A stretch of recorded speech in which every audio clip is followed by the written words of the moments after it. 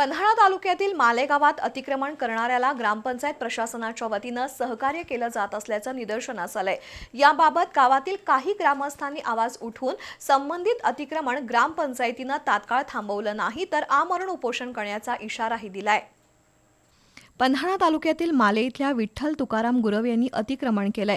त्यांनी 25 नोव्हेंबर 2024 रोजी आपलं अतिक्रमण ग्रामपंचायत दप्तरी नोंद करून असेसमेंट पत्रकी नोंद करावी अशी मागणी केली होती।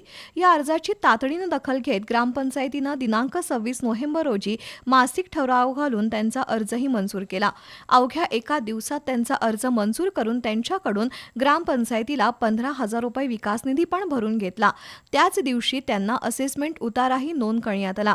एवढ्या तत्परतेनं ग्रामपंचायत स्तरावरून काम झाल्याचं अपवादानंच पाहायला मिळतं। इतर वेळी असेसमेंट उतारा असेल किंवा अन्य काही दाखले असतील त्याची मागणी केली असता त्याच्यासाठी अनेक दिवस वाट पाहावी लागते।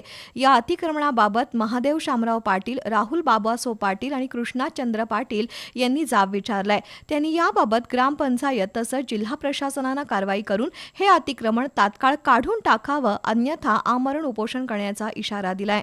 आणि आमचं एवढंच म्हणणं आहे की शासनाच्या जागेत अतिक्रमण केले, तिने मोजून बघितलं, ग्रामसेवक स्वतः स्पॉट व्हिजिट देऊन आणि त्यात 100% शासनाच्या जागेत गेले। तिने तशी नोटीस पण काढल्या ग्रामसेवकनं 25 तारखेला, आणि 25 तारखेला नोटीस काढून सरपंचाच्या सहीला ठेवले।